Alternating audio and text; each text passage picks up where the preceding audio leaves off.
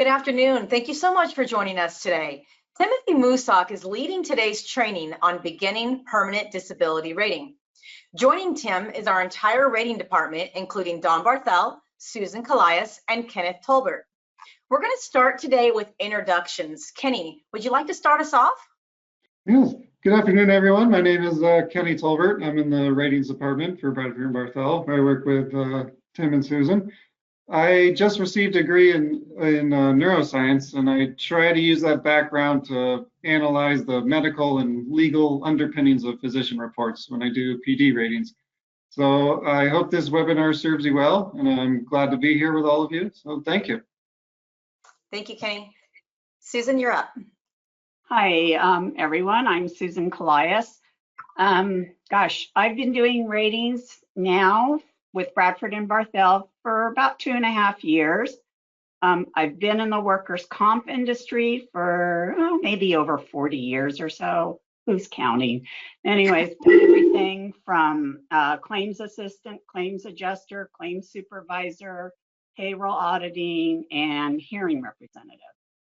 So I'm on this new journey now of learning rating and doing ratings, and kind of interesting. Welcome. Thank you, Susan.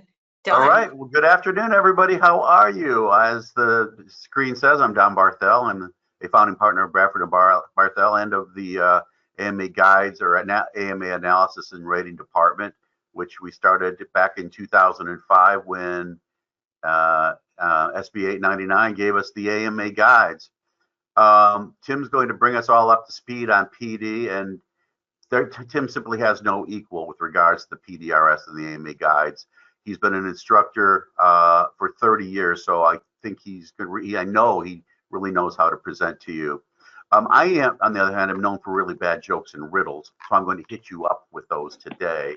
Ladies, you know the difference between a man and a whole life policy? A whole life policy eventually matures. And as for the joke, right? An applicant's attorney and an IRS agent are both drowning, and you can only save one of them. What would you do? Go to lunch or read the paper? All right, back to Tim. Talk about the permanent disability rating schedule. He knows the 1988, the 1997, the 2005, and the 2013. I don't know anybody else who knows all of that. He's called as a defense witness to trial on PD and AMA Guides issues. He and the entire department have literally reviewed tens of thousands of reports, and 80% of the time they find that the doctors have provided too great a level of impairment and thus too great a level of PD. So we are definitely paying way too much. They've identified tens of millions of dollars of savings for our clients. And they don't just do a string rating, they actually do a full-blown analysis. They analyze, annotate the reports with the report shortcomings and either what has to be done to bolster it or what needs to be done to cut it down and render it not substantial evidence so applicants counsel cannot rely on it. Claims and counsel often use it for reserve purposes, for requesting supplemental reports, for taking doctor depositions, preparing depositions of raters, drafting points on authorities, and crafting petitions for reconsideration. So although I started the department back in 2005, these folks are so far advanced beyond me that if I'm ever doing a doctor's deposition, I go to them for the analysis. So if you've not already utilized their department, I strongly recommend the AMA Guides Rating and Analysis and Rating Department to y'all. I guarantee you'll find it insightful and helpful. Wow, Tammy told me not to turn down the sound on my cell phone, and I thought I did, but there it goes. Oh well, I'm sure it's a very important call. I will, and so Tim, you want to take it from there, please? I think I'm going to say thank you, Don. I'm Tim Musak. I forget where my camera is. I got two monitors up here, and we're going to talk about ratings today. But at first, I'm going to have Tammy walk us through a couple of things. So thank you, Tammy. I'm going to launch now into a few poll questions. You're going to see the first one on your screen now. And the first one is, how many ratings have you completed since January? You have 4 options there: 0, 1 to 2, 3 to 5, or more than 5. Tim likes to ask these questions at the beginning of all of his rating training to kind of see where you're at with ratings and your rating knowledge. I'm going to close that now, and I'm going to share those results. You should see them on the screen now, Tim. That's good. Thank you. So 38% have not done any ratings, which is good. This is what we're here for today. Thank you. Okay. Second question is on your screen now. What is the impairment number for carpal tunnel?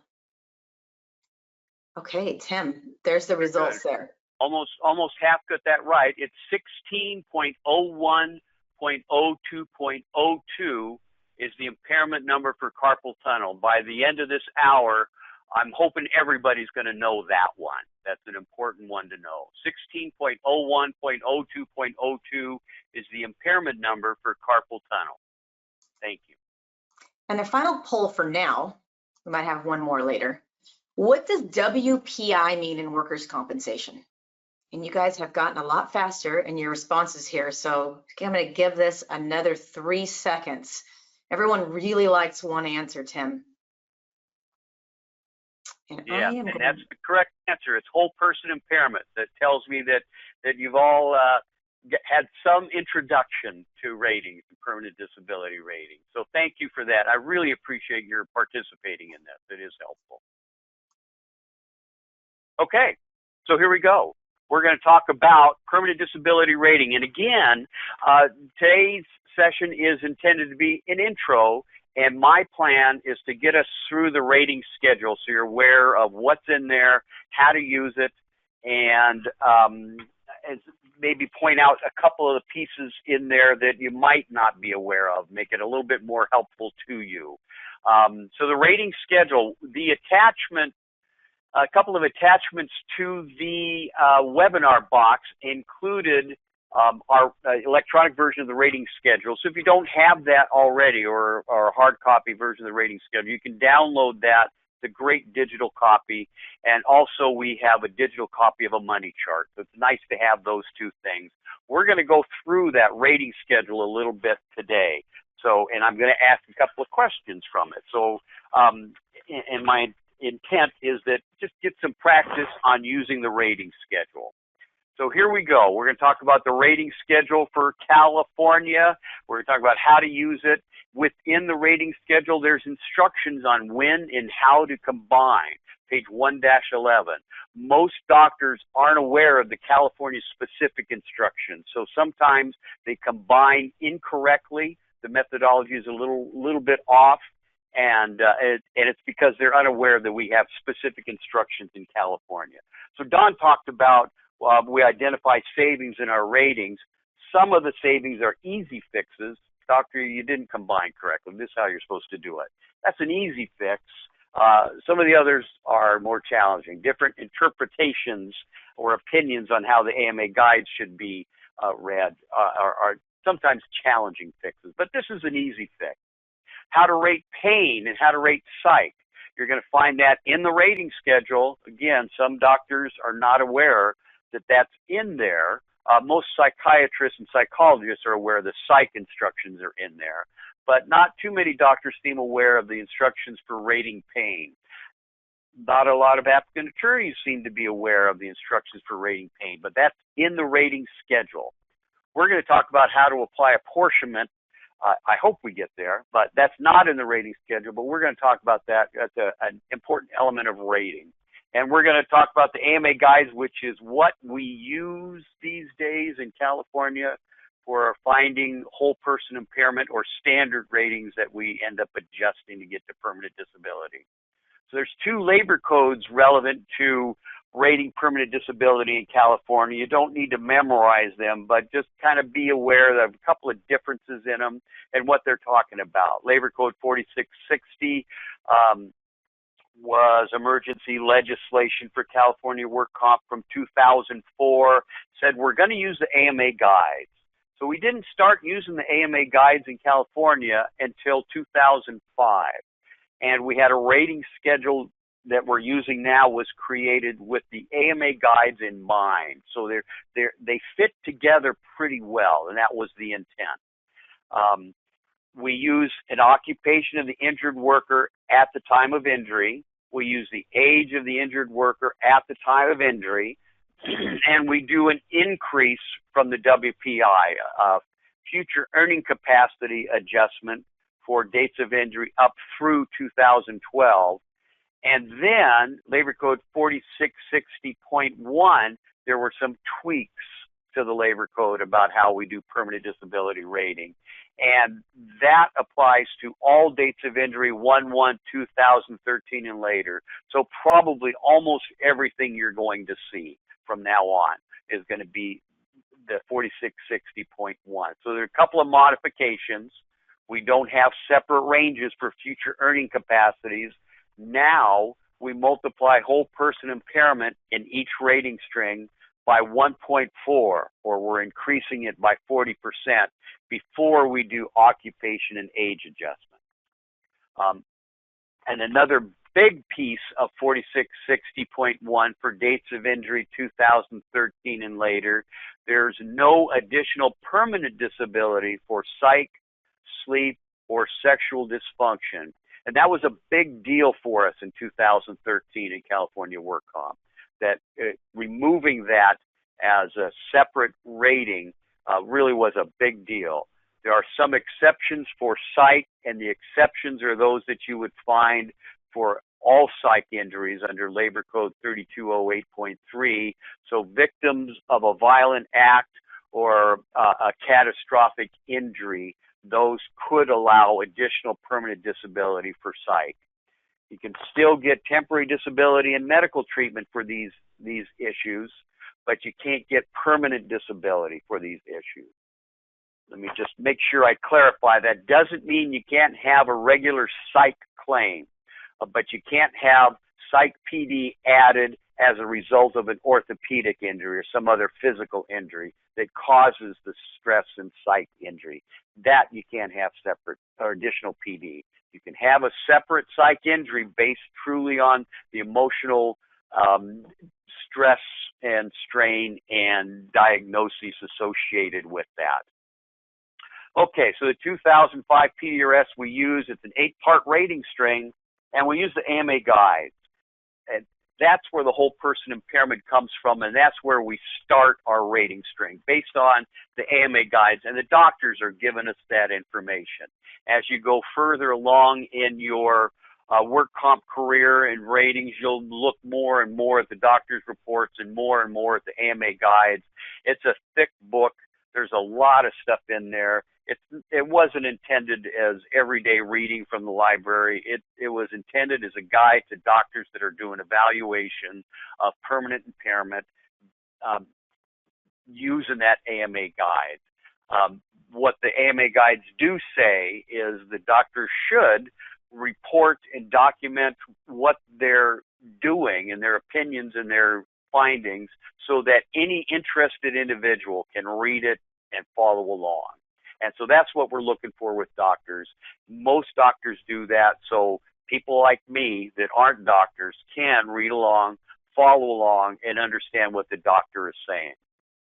Although I'm not a doctor, I do know how to Google, and that's a really a good characteristic to have, a good ability to have as you're doing workers' compensation claims and reading medical reports. So here we go. At any time the rating schedule and the AMA guides have discrepancies in terms of instructions, we would use the rating schedule. That's California specific. The AMA guide is not. And where that seems to come up most frequently is on combining methods, and when and how to combine. We have some slightly different rules for different scenarios in California, and those are expressed on page 1-11 of the rating schedule. So here we go talking about the rating schedule. We're going to talk about the first part of a rating is an impairment number.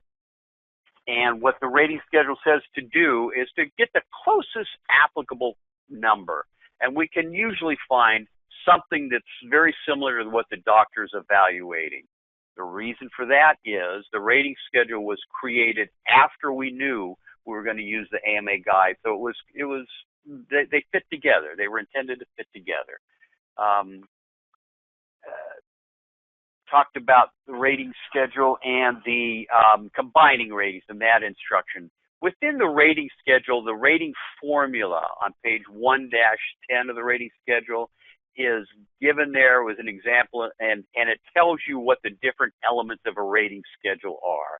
So if we look down at the bottom of the slide, I hope I'm showing now, which should be slide 13, for a date of injury 1/1/2013, this is what a rating string looks like. It starts with an impairment number, then it's got the whole person impairment that the doctor gives us, in this case 8, a 1.4 modifier, so we're increasing the 8 by 40%, that gives us 11. Then we go to a 3-step occupational group adjustment. It's 470 is the 3-letter occupational group number. H is called a variant. 14 is called the occupational adjustment, and 12 would be the age adjustment. Following the age adjustment, it becomes PD. So a rating string turns whole person impairment, in this case 8%, to permanent disability, which in this case is 12%. So the first part of a rating string is the impairment number. And typically we can tell from what the doctor tells us in the report. The doctor tells us, I'm evaluating the lumbar spine. We already knew it was a lumbar spine injury. The doctor's telling us how he or she is evaluating impairment. It's the lumbar spine, and the doctor's going to tell you the method that he or she is using. There's 2 methods for the spine. Different body parts have different methods. But for the spine, the 2 methods are the DRE, or diagnosis-related estimate. The other methodology potentially is the ROM, or range of motion method. So the first 2 digits of the impairment number, 15, tells us the chapter number of the AMA guide. That's where that impairment came from. In work comp, probably 80, 90, 95% of what you're going to see in terms of permanent disability are going to be from chapters 15, 16, and 17, and those are respectively for the spine, the upper extremities, and the lower extremities. That's going to cover most of what we see in work comp. We're going to see spine, arms, and legs. That's where our ratings are going to come from. And they are in chapters 15 for the spine, 16 for the arms, 17 for the lower extremity. So that's going to be the first 2 digits of most impairment numbers we do. And that's where that comes from. The next set of 2 digits tells us the body part or system. For the spine, there's primarily 3 sets of second digits. There's O1, which is the cervical spine, the neck, O2, the thoracic spine, the mid-back, and O3 is the lumbar spine, which is the low back. The third set of 2 digits tells us the method of evaluation. For the spine, it's the DRE, or the range of motion. And the last 2 digits are further subcategories. Some impairment numbers have subcategories, some don't.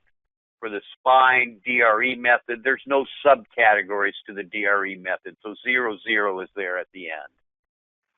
What has been decided, if we have an Alvarez-Guzman rating where the doctor is offering a rating by analogy that isn't taken strictly from the AMA guides, those last 2 digits will be replaced by 99.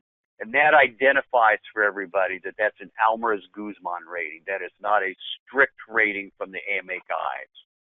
So we got 4 sets of 2 digits for the impairment number. Give you some ideas of what those might look like and some of the differences on this next slide. We went through on the last slide, 15.03.01.00 tells us it's chapter 15, and 03 tells us it's the lumbar spine. 01 tells us the DRE method. If it's the range of motion method, then we have a different set of 2 digits for the third part, 150302, and there are some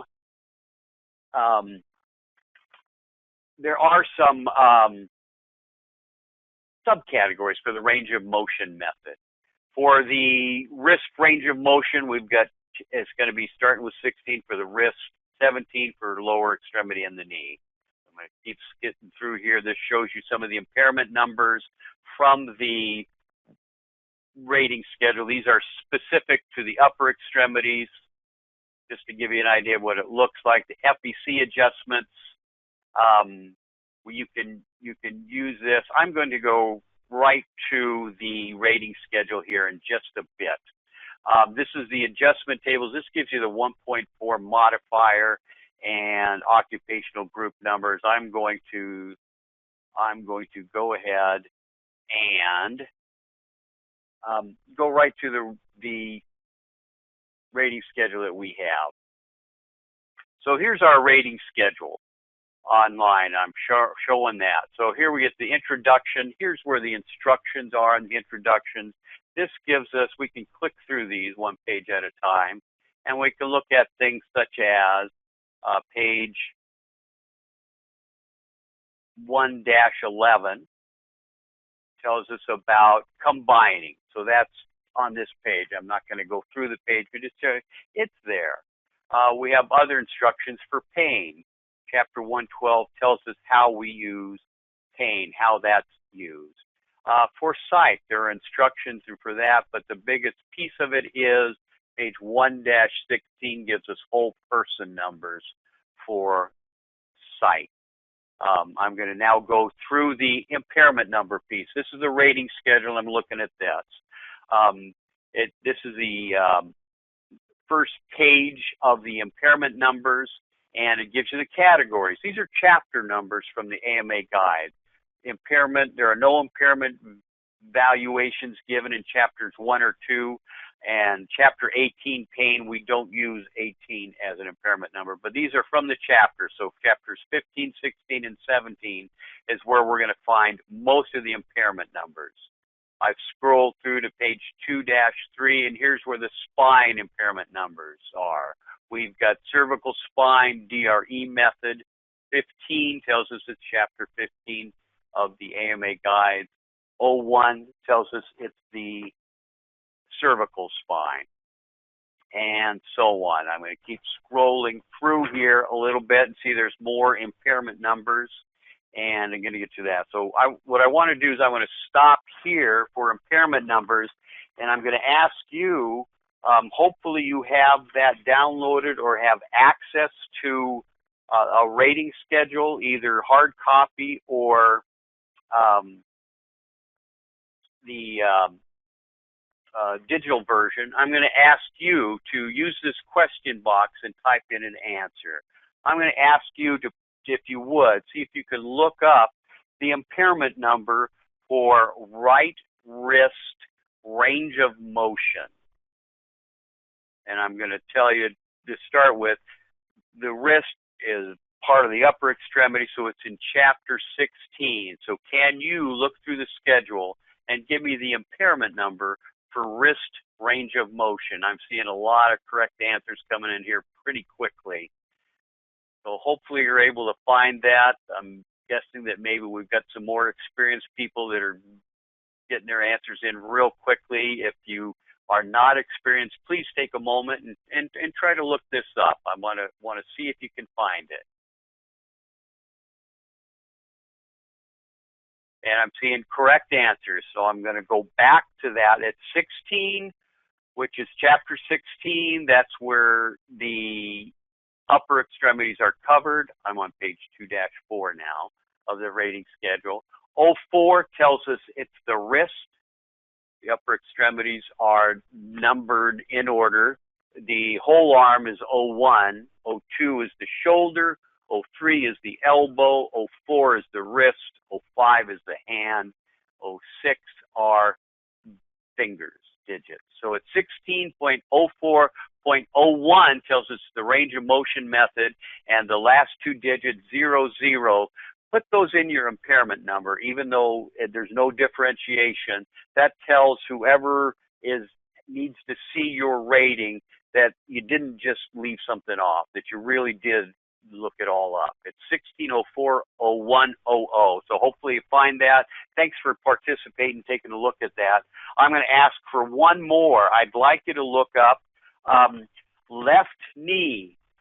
Doesn't make a difference where it's left or right in terms of the rating, but you want to be sure you're identifying that when you're doing your rating. Make sure you're identifying which side you're dealing with.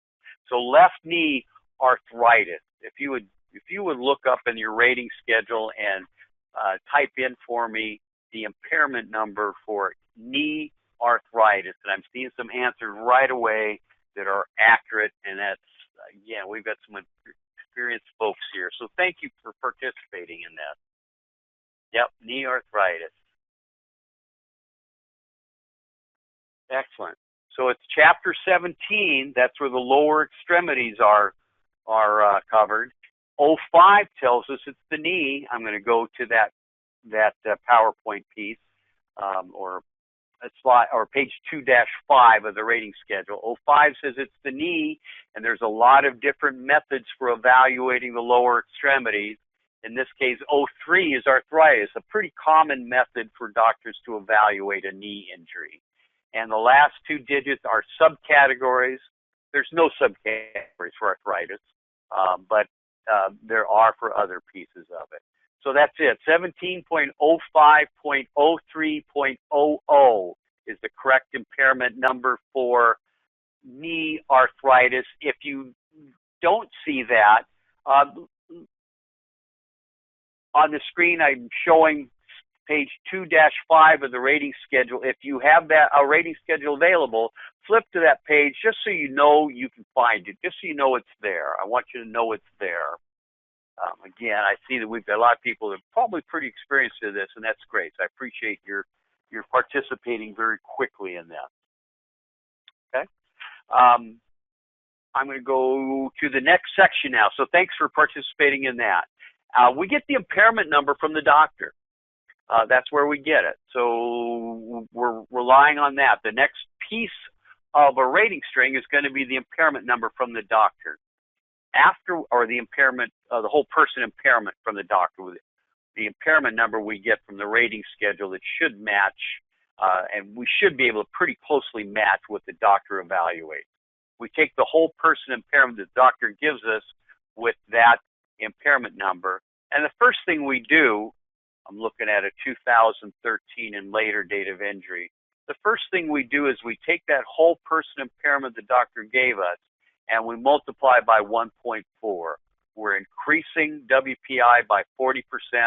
Everybody seems to agree that WPI in the AMA guides probably isn't enough for what we've done for permanent disability values in California. So we're going to automatically increase WPI by 40%.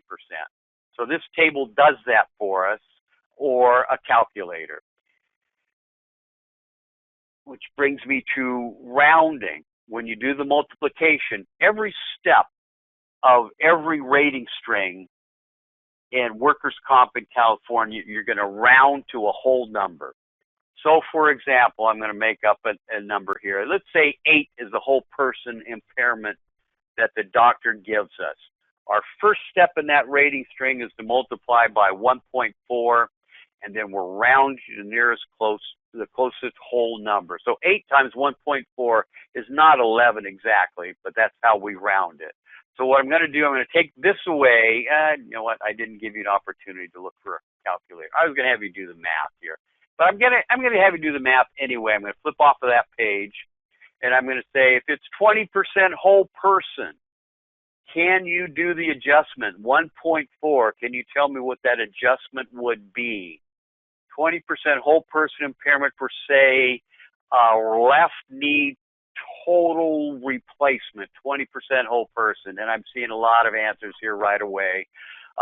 It's 1.4 times 20 is 28. So that's where we get the next step of a rating string. We're multiplying the whole person the doctor gives us. I really appreciate you participating in this. It does help me. So thank you. Back on your screen, I have page 2-6 of the rating schedule, and these are the old FEC ranks, 1 through 8. Whole person impairment standard across the top, and down the left-hand column are the 8 FEC ranks, and you match them up and you get the whole person. It turns out that the 1.4 multiplier matches the 8 FEC that's on these pages. So you can use this if you don't have that 1.4 page or you don't have a calculator. You can do the 8. So for instance, on this one, I'm on page 2-6, 8% WPI across the top matched with 8 FEC rank down the left-hand column gives us 11. So it's the same answer. It just turns out that 8 was a 1.4 modifier. That's how they came up with these numbers before. And it's not coincidental. That's why we went to the 1.4 modifier, where we're already using it for this 8 FEC rank. So there's several pages of that. But unless you're doing a prior pre-2013 date of injury, you don't need the 1 through 7. Everything's an 8 now. The next section is the occupations and occupational group numbers. It's a 3-step process for doing the impairment or doing the occupational adjustment. The first step is getting an occupational group number. And the group numbers mean something. In the rating schedule, they're in alphabetical order with a 3-digit group number next to it. Those 3-digit group numbers are not numerical order, but we skip through. They're all in alphabetical order. It's kind of a nice feature. I'm going to flip back to my PowerPoint presentation, and I'm going to get us to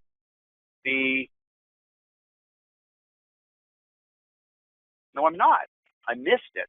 I'm going back to the rating schedule. So those 3 digits mean something. Each of those 3 digits means something, and I'm going to show you. Maybe you have, maybe you haven't seen it, but as I keep scrolling through this section of the rating schedule, that first it gives us some information. So I'm here on page 3-27 of the rating schedule. Across the top, strength indicator from 1 through 5. 1 being very light work, 5 being very heavy work. So this corresponds, this is the first digit of a 3-digit occupational group number. The first digit just tells you overall strength designator of that occupation.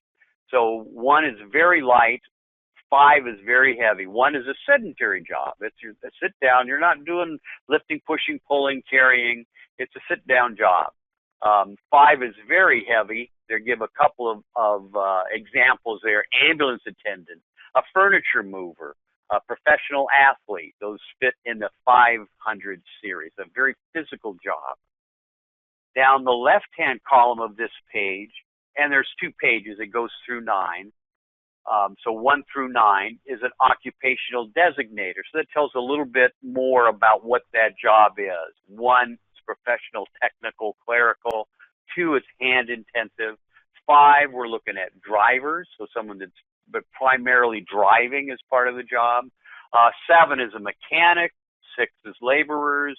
And 8 is construction workers, and then miscellaneous. The third digit there's nothing in here about it. It's just subcategories. And let me give you an example. We look at 3 for strength designator and 5.0. 350 tells us it's a pretty heavy, medium heavy driving job, a truck driver. 351, that's a medium heavy driving job with a subcategory 1, which says that's a forklift driver or a tractor driver, someone that's driving medium heavy job, but driving in an enclosed area, in a warehouse, on a farm, not out on the open road. So 350 is a truck driver out on the open road. The primary difference in rating is going to be in head injuries and psych injuries.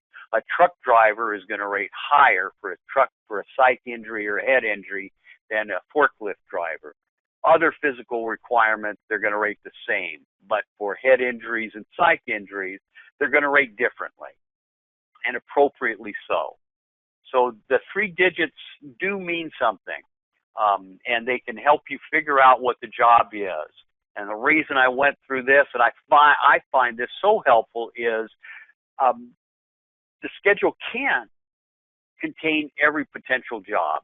Employers are creating new job titles all the time, and it's really hard to know by job title. Sometimes it's easy, but sometimes it's not. Sometimes a job title is misleading about what the person really does. So part of when you're doing your investigation, part of that about finding out what that person does for work and the job duties, it's got a lot of different pieces to it. It's going to help you address permanent disability in addition to helping you understand getting that person back to work. And I think we've got a question. Kenny? Yeah, we have a question from Sylvia. Would 350 pertain to an equipment operator for sanitation? Without knowing the sanitation, are we talking about let me try to answer that. If it's a garbage truck driver that's out on the road, yes, 350 would. If it's mechanical operation, where the type where they have the mechanical pieces that pick up the trash cans and dump them, then 350 would fit that, yes. I hope that answers it. If not, Sylvia, if you would, if garbage truck driver, yeah, 350. If they have to get out of the truck and manually load, then it's in the 400 series. I don't remember exactly what it is, but that's a more physical job and would have a different occupational group number. So I hope that answered it. Okay. But so thanks for that question. I appreciate it. So yeah, it's a three-step process. So once we figure out the occupational group number, again, sometimes that's a big deal, trying to figure out the right occupational group number, particularly if you have a job title that doesn't really fit anything in the rating schedule. So you've got to know something about what that job is that helps you get that person back to work, helps you understand what it's going to take to get that person back to work, or whether they're never going to be able to get back to that job. But it also, you need it for rating permanent disability, assuming there's permanent disability. If they're off work, that seems likely. This next section, we're still in section 3, but this next piece of occupational adjustment gives us brief narrative about each of the 3-digit occupational group numbers. And this can also help you see whether you're in the right place. And this can help understand some of the differences, some of the subtle differences in occupational group numbers. And I'm going to start right here with groups 110, 111, and 112. The first 2 digits are the same, so it's a sit-down sedentary job, and it tells us it's a professional, technical, clerical. The difference is how much keyboarding. So it's going to make a difference for upper extremities, for elbows, forearms, wrists, hands. There's going to be a difference in how you rate those. So even if you know it's a professional sedentary job, how much keyboarding is going to make a difference here. So 110 is some keyboard use, 111 it's called substantial use, and 112 is the highest demand for keyboarding. So subtle differences like that, you kind of want to, sometimes you really got to search for. There was couple of group 250 here is a public transportation driver. So bus drivers fit in 250. So there's subtle differences. We get into the 300 series. We're looking at, I'm on page 334 of the rating schedule. 360, pretty physical job. 370, physical job, but that's more mechanical. So there's maybe the same physical strength requirement, but 370 requires some actual physical skills of the upper extremity. So that it's a different group number, and for some body parts, it's going to rate differently. So I find this extremely helpful in terms of coming up with the right occupational group number. And I'm getting myself really far behind. So here we go. I'm going to the next section of the occupational group adjustment. We take an impairment number, the impairment that we're rating, and we look at the occupational group number. And I'm here stopped on page 4-7 of the rating schedule. On the top is the spine. Cervical, lumbar, and thoracic spine all rate the same in terms of these adjustments. But let's say we have a lumbar spine injury, and it's a warehouse worker, which is a group 360.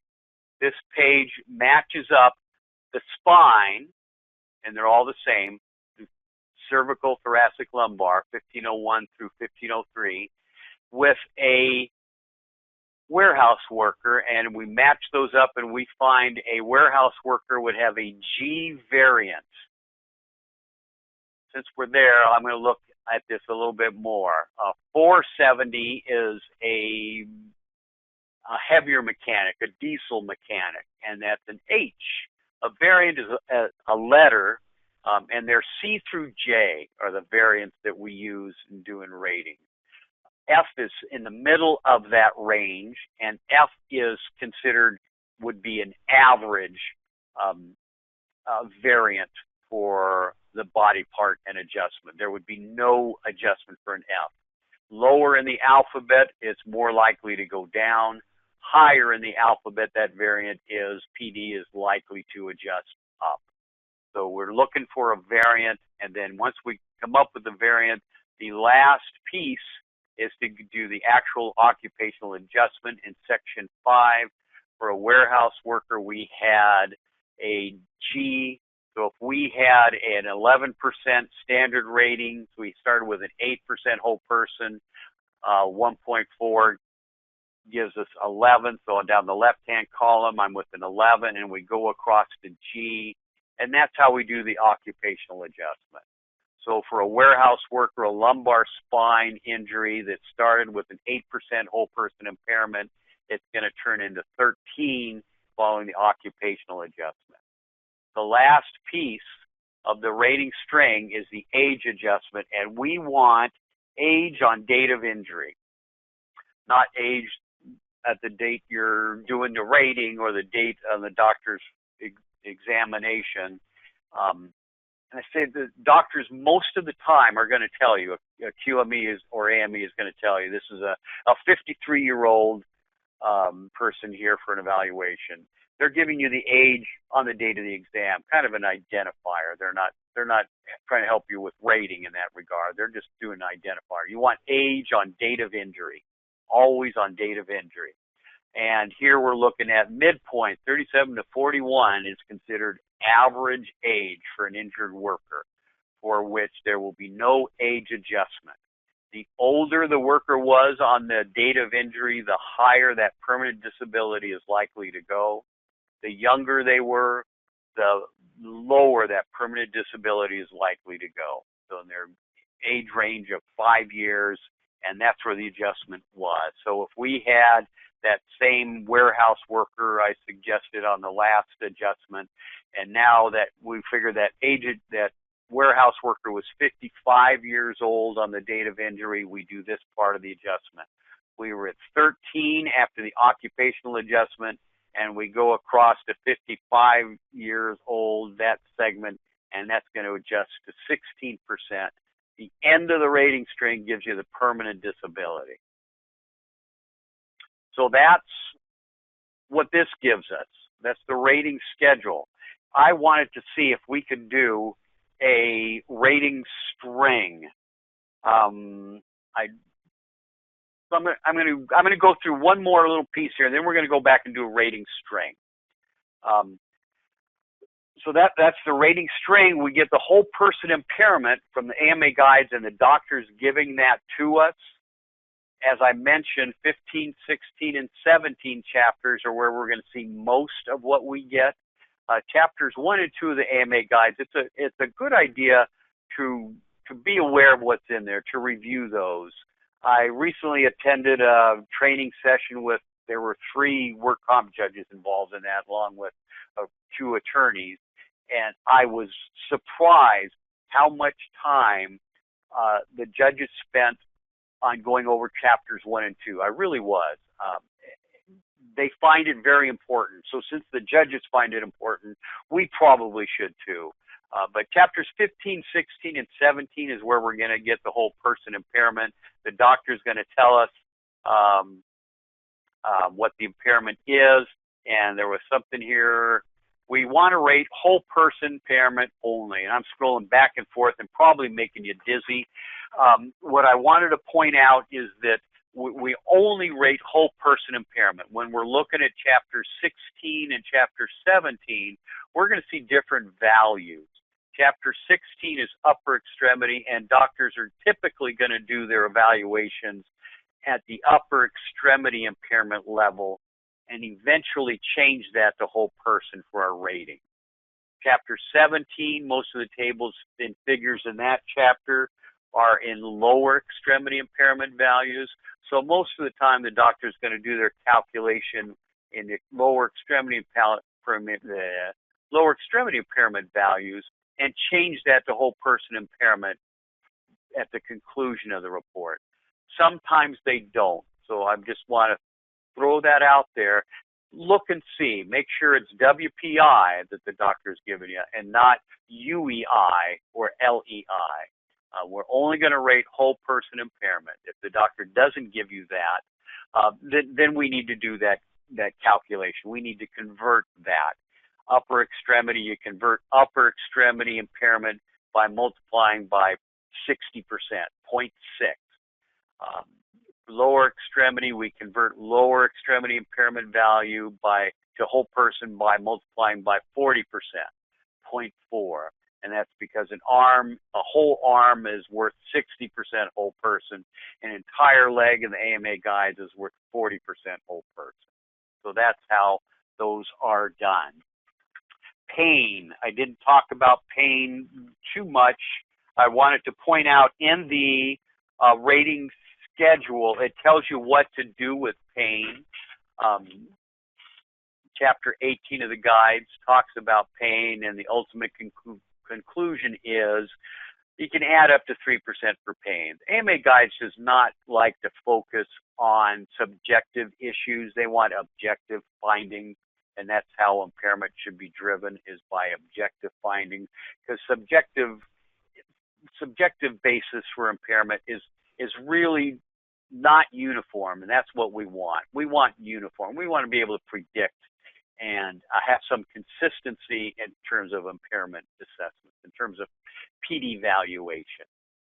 But back to pain, if a doctor does give pain, they can give up to 3% whole person pain add-on for any one injury, regardless of how many body parts. It's still 3%.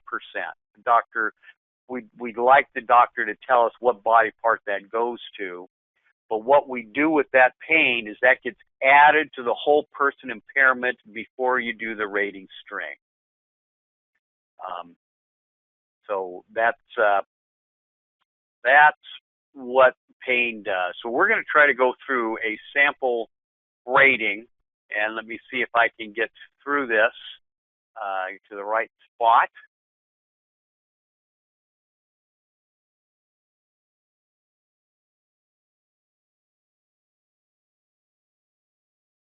Thank you for bearing with me here. I'm going to look at this. I want you to try to, with the rating schedule, I want to see if you could work your way through a rating string. I know we've got some experienced people here, and I appreciate that. But I want to see if we can work through this rating string step by step. If you can't work through it, just click through the rating schedule just so you get practice and getting to the right sections of the rating schedule. So here's the rating problem I'd like us to try. We got a date of injury. The date of injury is important because that also tells us the dollar chart we're going to look at. Dollar values change from year to year. They have changed for permanent disability. I think I have another question. Yeah, I think this is related to the pain add-on. Kim is asking, and it is only if there's PD, right? I think that's in relation to? That's correct. It should be, you can only add PD to more than 0. So if there's no objective ratable impairment, the doctor should not be adding pain, because pain can only be added to a number greater than 0. And we're only dealing with whole numbers again for permanent disability.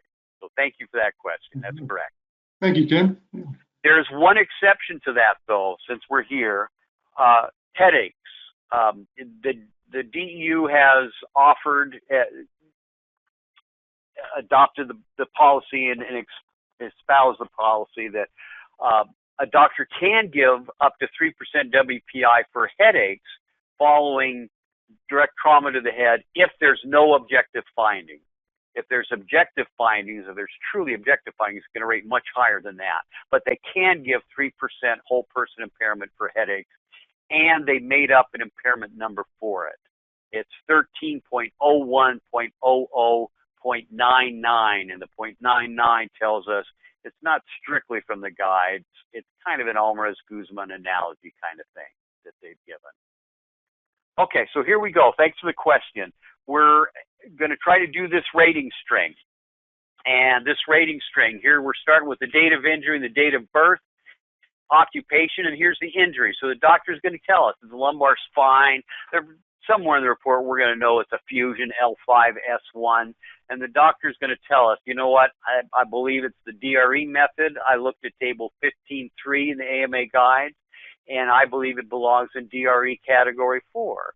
DRE category 4 in the AMA guides has a range of 20 to 23% WPI. This person's doing pretty well post-fusion surgery. 20% whole person impairment. So we want to rate that. I'm going to tell you what I typically do is I try to figure out the age and occupation first before I do my string. Just because I find it cleaner for me to do that. But however you want to do that, here's what we're going to do. We're going to go through this string. So I want you to kind of sort of try to work through this. If you're willing to type in an answer in the question box, great. If not, please click through your rating schedule and see if you can find this stuff. So we're going to start with the impairment number for a lumbar spine fusion DRE category. So if you would, if you're willing to, please give me an impairment number. And wow, I got complete ratings done already. My goodness, that's not an inexperienced person. Well done, thank you. So the impairment number for the lumbar spine DRE category. I'm going to see if I can go through this without messing anything up. But too much, how come? What did I do? Oh, because I have not put this in the slide mode. Shame on me. There we go. So the first part of it is the impairment number, 15.03.01.00 for lumbar spine DRE method. The next piece of that, we're taking the WPI from the doctor, which is 20. This date of injury is 2015, so we're using the 1.4 times 20 gives us 28. The next section, we get a 3-step process for doing the occupational adjustment. A diesel mechanic is a 470 with a more physical job than an automobile mechanic, bigger, heavier parts working on a diesel engine. That's the theory there. And for the spine, 470 gets an H for the variant. So the H by definition is variant. That's what we call that. The adjustment, we're adjusting the 28 with H in that next section of the rating schedule, and that gives us 34. Then we go to age, and I don't remember how old this individual was, 22, it's like 37 years old on date of injury. And if we go to the age adjustment, we get 34% permanent disability. Missed the 34, okay. 34%, did I come up with the wrong age? I see somebody's got a different calculation for age, but I believe it was 37. Please correct me if I'm wrong, but and we're doing age on date of injury. date of injury was 2015. Okay. So 2015 was the date of injury. So we're not rating it based on age today. We're rating it on based age on date of injury. So I believe it was 37, and I'm seeing that I might be right on that. Thank you. I really appreciate the responses. I really do. That's very helpful. And I see a number of people have worked through this already. So my hope is that even if you did not get through this quickly, we went through it very quickly. We got some very quick responses. But even if you didn't, if you were able to find that section of the rating schedule, and you could see, you go just through section by section by section by section of that rating schedule. If you see that, you're going to be able to do a rating strength. The last piece of this I want to look at, though, that 34% PD, that gets turned into money. And permanent disability is 2/3 of average weekly earnings. The maximums differ than they do for TD, and they've changed over the years as well. So for this 2015 date of injury, if you can access that money chart, if you would look at that and give me the money, and in addition to the money, give me the number of weeks for 34% PD for a 2015 date of injury.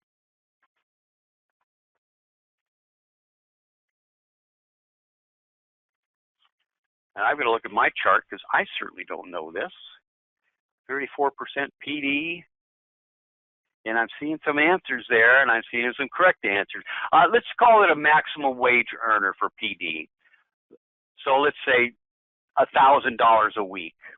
So that's going to put that person as a maximum wage earner. And I'm going to bring the chart up. I see an awful lot of answers here that are correct. So thank you very much. I'm going to bring up the dollar chart and get us to that. I think I am. And here is where I'm at in the permanent disability. So I'm on page 2 of our dollar chart. And this is broken up because permanent disability rates have changed over the years. They have not changed since 2014.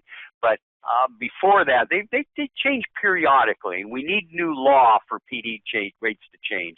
Temporary disability is built in. That's going to change based on COLA. So on this table, we're looking at 34% PD, and we want to go to the 2014 to 2021 column. We got 159.00 weeks at a maximum rate. It's 46,110. So that's where the permanent disability comes from. That's where we get our money in regards to that. So I'm going to back out of this. I'm going to get us to the end of this session because my time is up. I have way more information than was possible, but what we looked at was the rating schedule and the AMA guides, primarily the rating schedules. That was my hope. AMA guides is non-jurisdictional. A lot of states use it. A lot use the 5th, some use the 4th, some use the 6th. WPI is based on the objective medical data is what it should come from, so we're getting it from the doctor. And the rating schedule we use to do the adjustment. We take that whole person impairment with the body part that the doctor tells us, we can get an impairment number, and we turn that into permanent disability and money. So we can reserve, we can pay, and do all that. So with that, I'm going to turn this back over to Tammy. Thank you, Tim. And thank you, everyone. And there's my lights again. They just like to go off as soon as I start talking. Thank you, everyone, for contributing today and making this webinar interactive. It's helpful to us. And more importantly, we hope that it's helpful to you. Really quick, I just have some closing information that's going to take a couple seconds. But Don has one thing he wants to share first. Actually, 2 things real quick. I'm wearing this both to cover my ugly face for your sake, and 2, to offer them up. Please, if you'd like a B&B mask, and they're double thickness and adjustable, let Tammy know. Happy to do that. 2, the rating and analysis department has, like I said, done over 20,000 analyses. As a result, we have a little black book on the good, the bad, and the ugly about doctors throughout the state. So if you're facing a panel of doctors and you don't recognize one or more of them, email me, email one of the folks that up in front of you, and we can get the information from the rating department. And since we're a statewide firm, we can also go to the managing attorney that's local or that's nearby the doctors you're talking about and get those insights for you. Happy to do that for clients every week. Tammy? I'm sorry we're a couple minutes over. Thank you all so very much for joining us today. Tammy, before we stop, can I just make 2 comments? Yeah. One of the questions I think you answered, if a copy of the PowerPoint is going to be on our website. Is that correct? It's already on the there. second question, somebody asked me, I saw it too late to confirm how to do pain. So if you email me and I'll get you a more complete answer on that one. So thank you. I'm sorry. Can you throw your contact slide up there so they can see your contact information? If I think I can. Yes. There you go. So there, if you have questions on the pain or anything else, there's our rating. Ratings at Bradford Barthel get you the entire department. Or you can just email Tim directly as well. And both of those email addresses are provided. Again, thank you so much, everyone. Have a wonderful afternoon. Thank you. Take care. Take care now. Bye-bye.